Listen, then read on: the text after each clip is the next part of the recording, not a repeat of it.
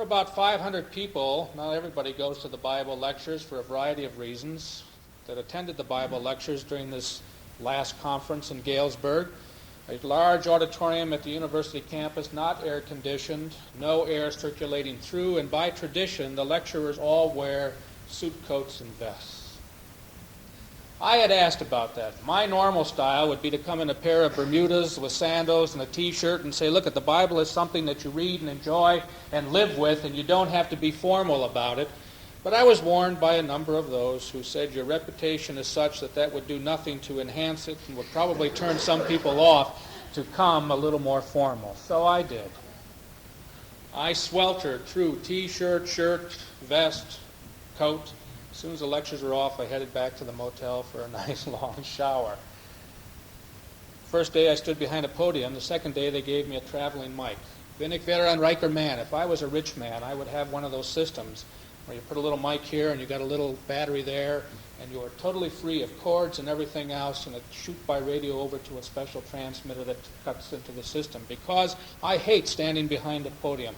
I'm much better, particularly with a large group where they're spread out all over the place, being able to, what I said to them, attack the audience.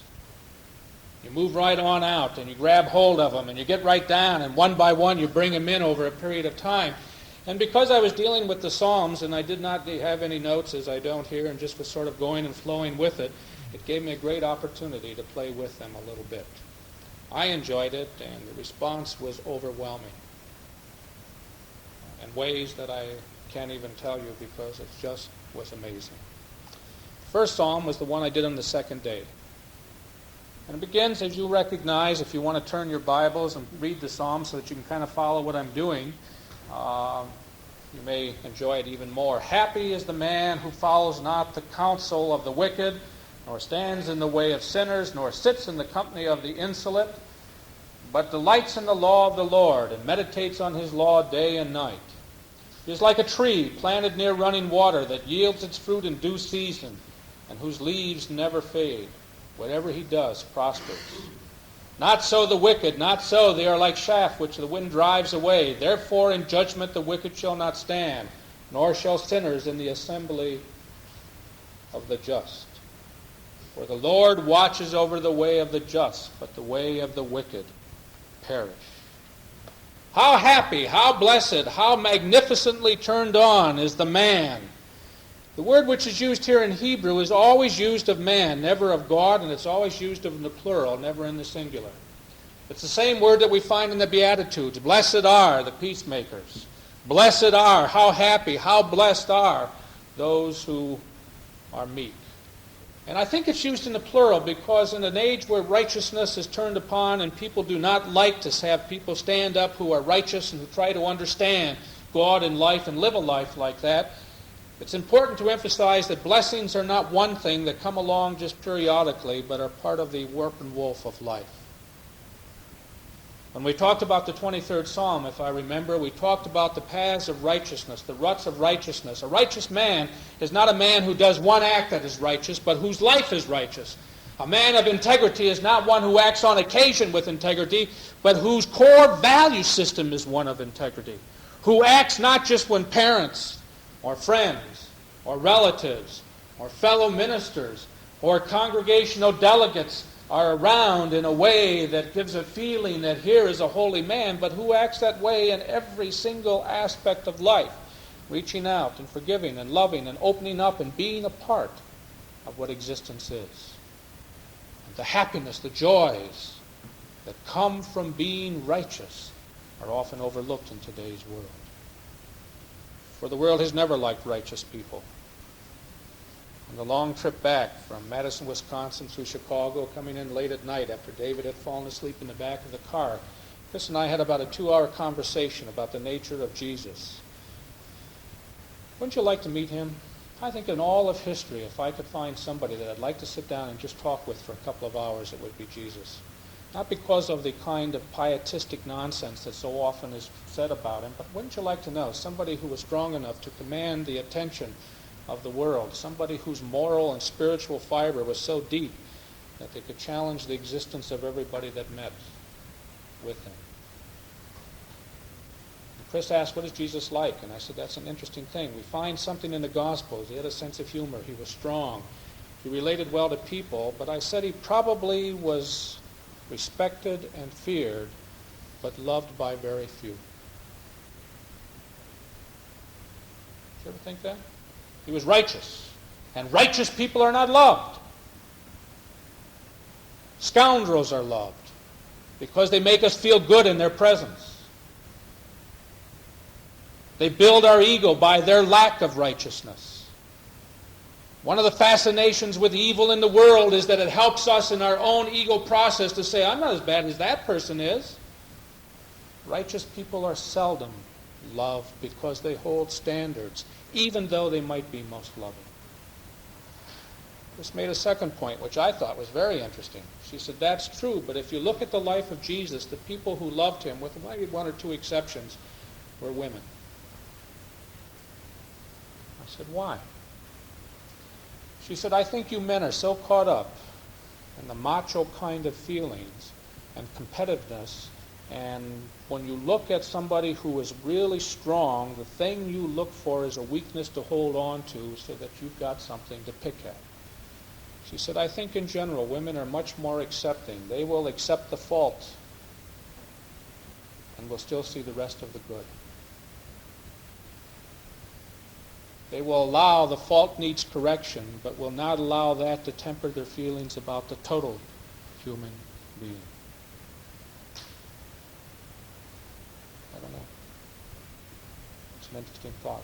She may be right. But when you look at Jesus, aside from the possibility of John, the disciples respected him, they argued with him, they disappointed him, they did all kinds of things, but it was the women who came around who were willing at the very end to stand strong and firm and to believe.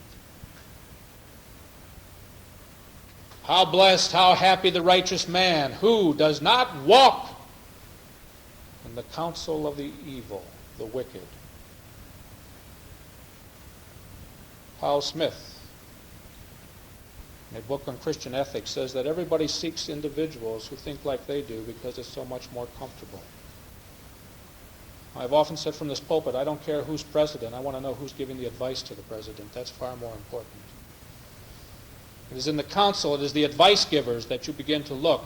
And the feeling is here that the righteous man, as we're going to see, is contrasted with the evil man precisely in that he does not walk in the counsel of the evil, the wicked. Nor on the way of the sinners does he stand, nor in the assembly of the scoffers. Now I want you to notice something here. If I'm walking along and you're walking along with me, that's sort of a casual relationship. And it's not really as serious. One can be walking down the street and seen walking with almost anybody. You can bump into somebody and walk along the way a little bit with them. Not only is that a more casual relationship, but the concept of evil at this point, the evildoers, are ones who do not really know, who perhaps have not fully understood, and their evil is not so conscious or unconscious as it is in the lack of really understanding what it's all about. And so you're walking along, but even that, the counsel of those who don't understand the depth of existence and whose core value system has never really developed, and they're just sort of floating along. Nor on the way of the sinners do they stand. Once you stand and meet somebody face to face, you are no longer just sort of casually with them, but it's an eyeball-to-eyeball relationship. And not only have you heightened the relationship, but the Hebrew word which is here has moved from beyond just pure those who don't know to specific sinners, those who know how to do things that are right and know what to do, but don't do it. Ultimately, in the biblical record, sin is not ignorance, although one can be evil and ignorant, but sin is being fully aware of what the actions ought to be and refusing to follow those actions. Knowing what is right and demand it from God, but refusing to do what is right and following what God would have you do. So you don't stand on the way of those who are sinful, nor in the assembly of the scoffers do you sit, because once you sit down, you are in full contact. It's no longer a casual thing. It's no longer an eyeball to eyeball, but it's an actual involvement. And the Hebrew word for evildoers at this point has escalated from those who are just evil and don't know what they're doing to those who are full sinners with full understanding of what they're doing and are doing it anyhow, to the scoffers, those who know what is right but make fun of it. They not only do evil, but they try to convince others that evil is the way to go.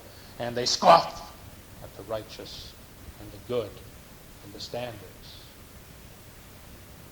And so the man is happy who doesn't even do the casual contact with evil, doesn't follow the advice of those who themselves are evildoers or wicked or sinners or scoffers, but on the contrary, very strong, not just a casual but.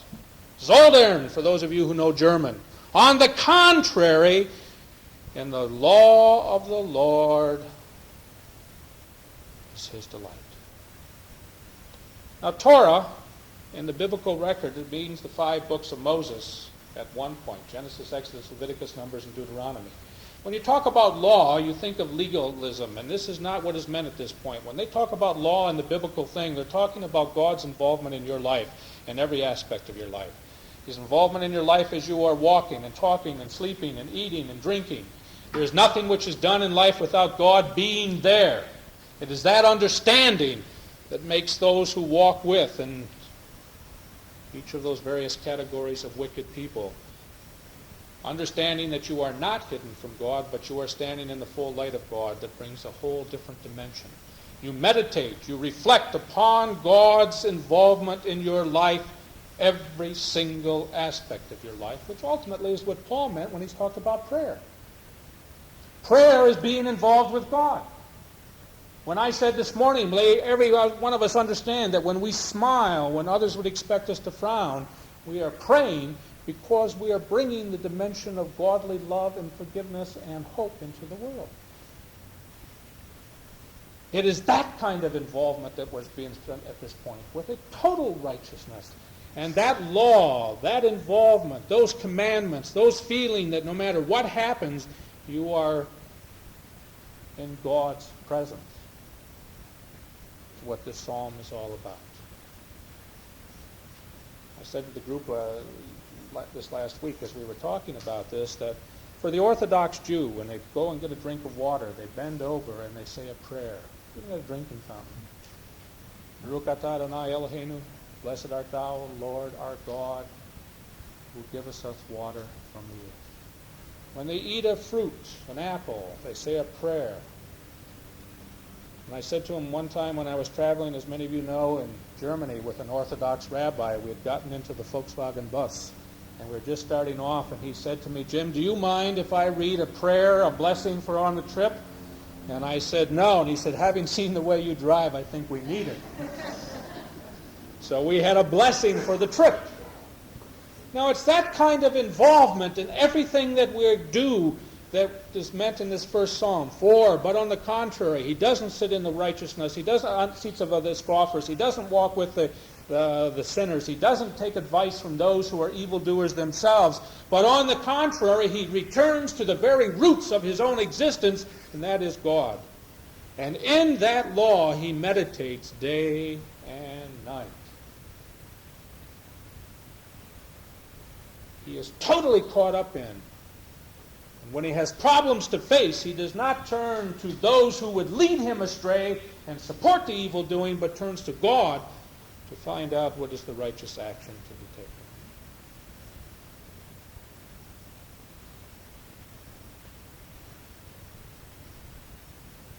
He shall be as a tree transplanted upon the canals of water.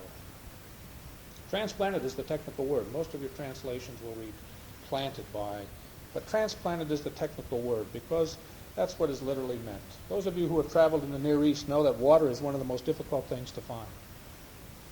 There are almost no rivers. You drive through Michigan, you see lakes and rivers and streams and all kinds of water everywhere. We have problems getting rid of some of the water. We even pay drain commissioners to get rid of it for us. In the Near East, you've got drain commissioners blocking it up and trying to keep from getting rid of it because water is very difficult to find. Aside from a few of the large rivers, the Nile, the Tigris, the Euphrates, the Orontes up in Syria and Lebanon, there are almost no, the Jordan, there are almost no rivers, and very few of them are like what we know in this country. What they do is they have irrigation ditches.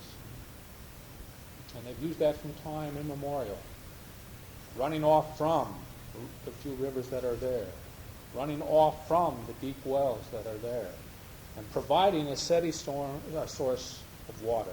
Now the picture here is that without being planted by waters, we are subject to all of the forces of the world outside ourselves.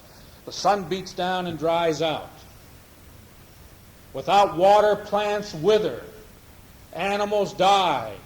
Humans become exhausted and just fade and fall away. Without the water, without the deep-rootedness, there is no life in the Near East. And suddenly, you have the picture of a tree planted way out there in the desert, struggling for existence, fighting the elements, that is carefully, beautifully transplanted and brought to the godly dimension of life where there are ever fresh waters. The Gospel of John has to come to mind. I am the living water. And planted right there, you are assured of a constant source of the most needed thing for a plant, water. So the man who is righteous, the man who does not follow the way of evildoers and sinners, stands in the way of the scoffers, is transplanted. He is taken away and transplanted into the law of the teachings of God.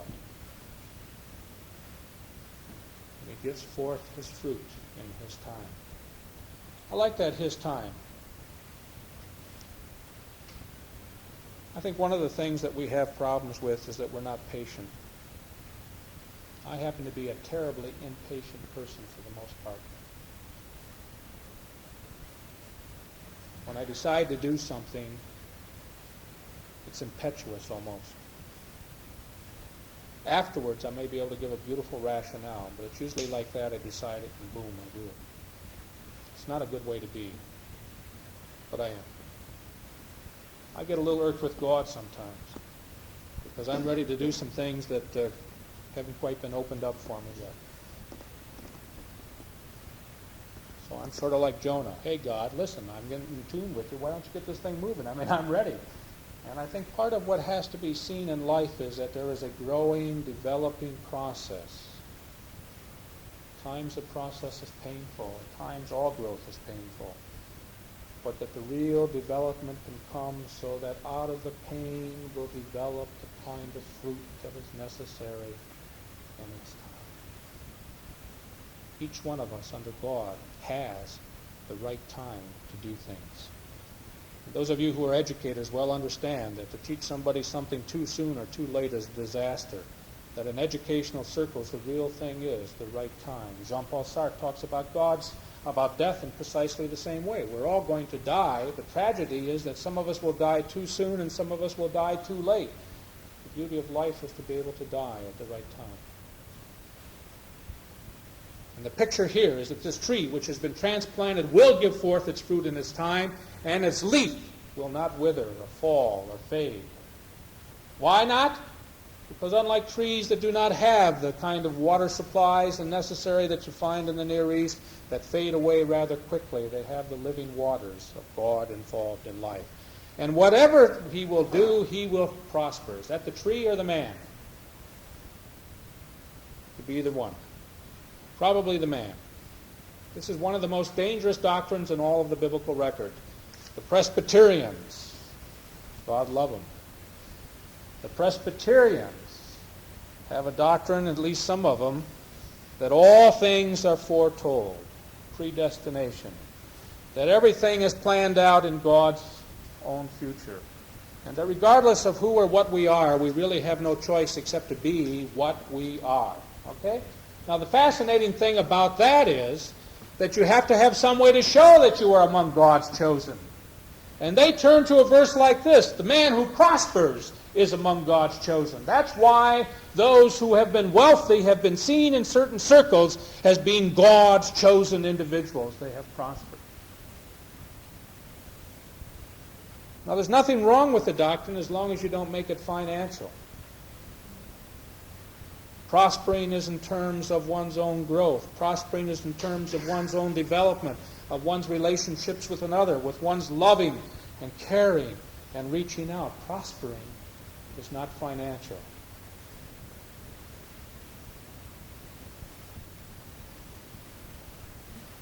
Not so the wicked man. For he's like the shaft which is thrown up into the wind and blown away. I've seen in the Near East on numerous occasions where they've been following a harvest, and they will throw the grain and everything up into the air, and the kind of wind that we're witnessing right now would blow through, and the shaft, which is very light after it's all been trampled down, would just blow away, and the good solid grain would come down. And the imagery is there of the righteous man who is in tune with God, is the solid foundations that will fall back to the earth and remain fixed. And it's the shaft that blows and has no real meaning and is of no use to man or to animal. Not so the wicked man, for he's like the shaft who will be blown by the wind. Therefore the wicked will not stand in judgment or in the judgments. The evildoer in the counsel of the righteous. For the Lord knows the way of the just, the righteous, but the way of sinners is destruction. The way of the righteous, remember, comes from the 23rd Psalm. It's very parallel. Where he leads us in the ruts of righteousness, the paths of righteousness, for his name's sake. And I pointed out to you at the time we did the 23rd Psalm that the only way that things can be done legitimately is for one own individual's sake. God doesn't treat Jim Lyons nicely because of Jim Lyons. He does it because it's right for God to do so.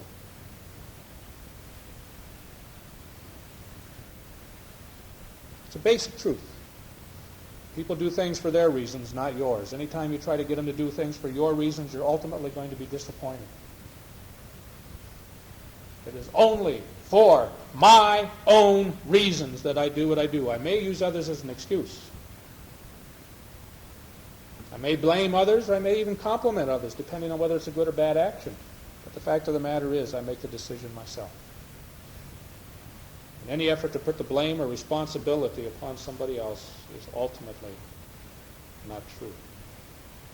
And the reason that God blesses those who do righteous is because God himself is righteous and holy. And the challenge is to be righteous even as God is. There's another interpretation which I'll just quickly give you, and that is that all of these terms are not just in that sense of a rather casual kind of a way, but that they are actual formal meeting places. Happy, how blessed is the man who does not walk in the counsel, C-I-L, not S-E-L, the counsel of the evildoers, nor in the assemblage of the scorners, nor in the gathering of the sinners.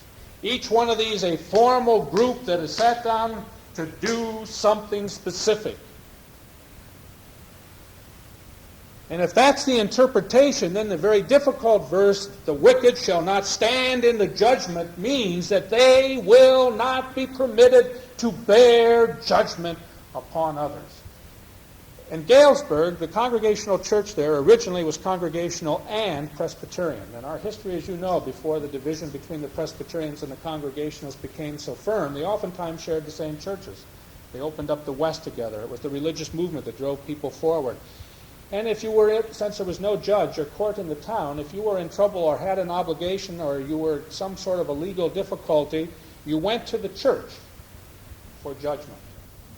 If you were a Presbyterian, the Board of Elders, for those of you Presbyterians in background, will recognize, would bring the judgment, sit, listen, and help to decide the course of action. If you were a Congregationalist, an interesting statement, the entire church would gather.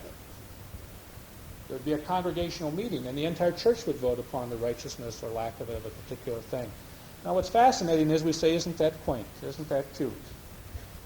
But this is precisely the teachings of the biblical record and precisely the teachings of Jesus. That is, that you do not go for judgment before somebody who is himself totally and completely outside of God. Justice and law and legal matters have been set aside as something different from so-called sacred. It's profane. Biblical record is that you're much better off standing there before your peers who are God-fearing individuals who will seek not to judge just strictly on the basis of what is most beneficial to them, but try to understand the involvement of God in their lives because they walk on the path of righteousness and therefore seek to understand the righteous God in life. And the picture of the psalm at this point is that you ought not to pay attention to the evildoers, to understand the involvement of God. The psalm was very late. It was added very late to the Psalter. It was added as an introduction because it deals with a theme which recurs and is woven throughout the entire book of Psalms. And that is that ultimately, while the world may turn and laugh and pay respect to the evildoers and love the scoundrels of life, that ultimately what counts is what is a man within himself. What is the core value system that that man or woman feels within themselves? And ultimately, are they following the paths of righteousness? For with Martin Luther, each one of us is called nearly daily to ask the question, shall I serve God or man? Christian says, I shall serve God by righteously serving man.